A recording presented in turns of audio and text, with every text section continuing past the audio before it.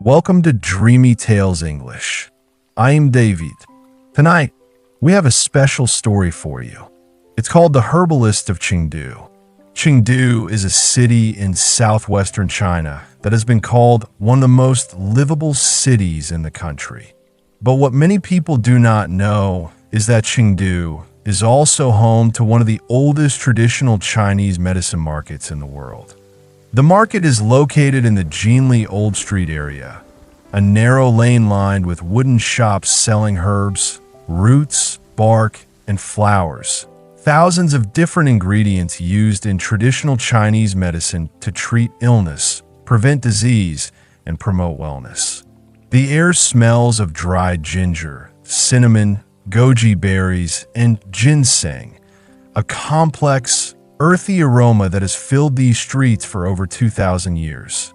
At the end of the lane, behind a wooden door covered in ivy, sits a small shop called Heaven and Earth Herbs. The shop belongs to Master Zhang, a 70-year-old herbalist who has been practicing traditional Chinese medicine for 50 years. He graduated from the Beijing University of Chinese Medicine at the age of 22 and has been working in Chengdu ever since. Master Zhang's shop is small, perhaps 15 feet by 15 feet, but it is filled with shelves stacked with hundreds of different herbs, each one stored in a glass jar or a wooden box labeled with its name in Chinese characters. On the walls hang scrolls of acupuncture charts and diagrams of a human meridian system. In the center of the room stands a large wooden table where Master Zhang prepares herbal formulas for his patients. Every morning at 7 o'clock, Master Zhang opens his shop and begins to work.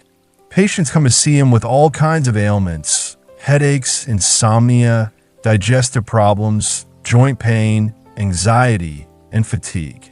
He listens carefully to their symptoms, examines their tongues, feels their pulses, and then prescribes a herbal formula tailored to their individual needs. He does not believe in one-size-fits-all medicine. He believes that every person is unique with their own constitution, their own imbalances, and their own path to healing.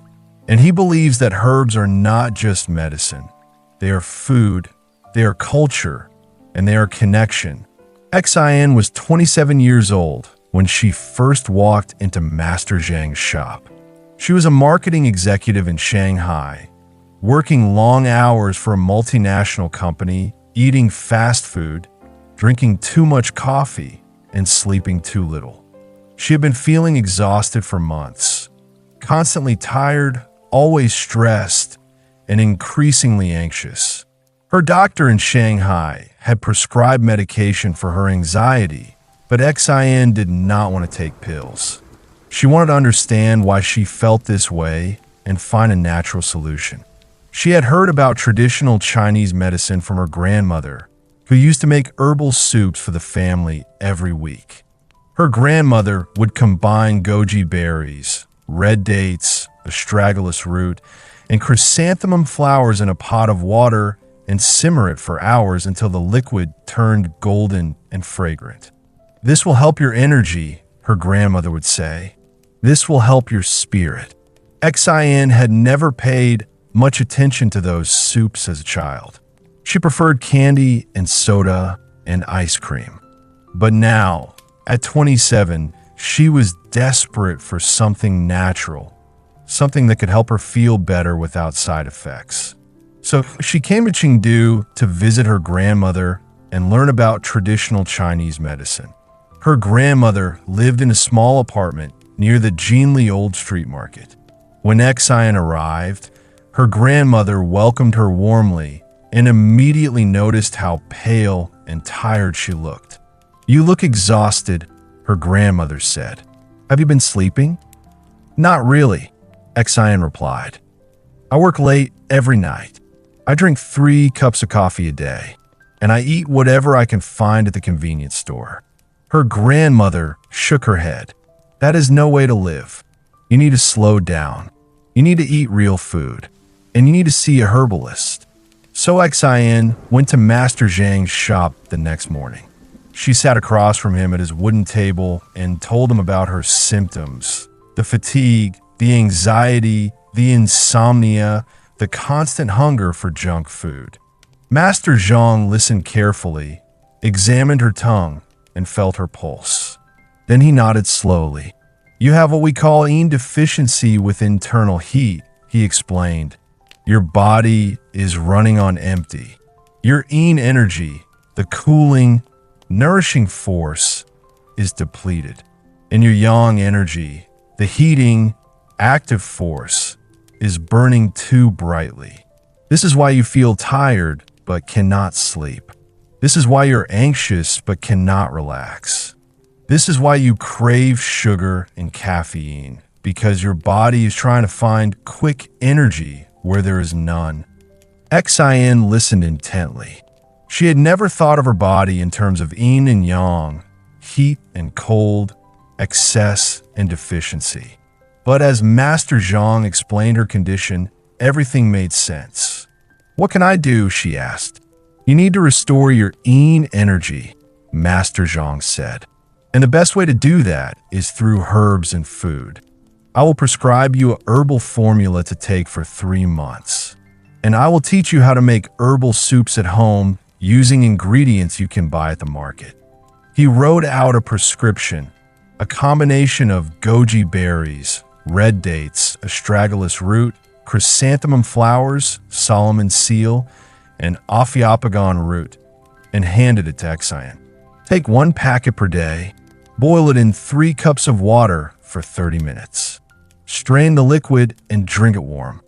Do this every morning for 3 months, and you will feel the difference." Xin took the prescription to the market and bought the herbs from a vendor she trusted. That evening, she returned to her grandmother's apartment and began to prepare the soup. She followed Master Zhang's instructions carefully, measuring the herbs, adding water, boiling for 30 minutes, straining the liquid, and pouring it into a cup. The soup smelled earthy and sweet, with hints of cinnamon and ginger. Xin took a sip and felt warmth spread through her chest. It was not like coffee, not bitter or stimulating. It was gentle and soothing, like a hug from the inside. Over the next 3 months, Xin drank the herbal soup every morning before work. She also changed her diet, eating more vegetables, less sugar, and fewer processed foods. She started walking instead of taking the subway. She began meditating for 10 minutes every evening, and she went to bed earlier. Slowly, steadily, she began to feel better. Her energy improved. Her anxiety decreased. Her sleep became deeper and more restful, and her skin cleared up. The dark circles under her eyes faded, and her complexion became brighter and healthier. After 3 months, she returned to Master Zhang's shop for a follow-up appointment. He examined her tongue and felt her pulse again, then smiled. "Your yin energy has been restored," he said. "Your internal heat has cooled. Your body is balanced. You are healed." Xin felt tears prick her eyes. "Thank you," she whispered. "I don't know what I would have done without you." Master Zhang shook his head. "You healed yourself. I only gave you the tools. The herbs are not magic. They are medicine, yes, but they are also food. And food is not just fuel. It is culture. It is tradition. It is love." Xin thought about this as she walked back to her grandmother's apartment through the Jinli Old Street market. She looked at the shelves of herbs, the jars of roots, the bundles of flowers, and the boxes of seeds, all the ingredients that had helped heal her body and her spirit. And she realized that traditional Chinese medicine was not just about treating illness.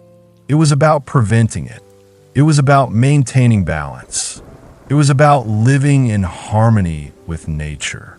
That evening, she called her mother in Shanghai and told her about her experience.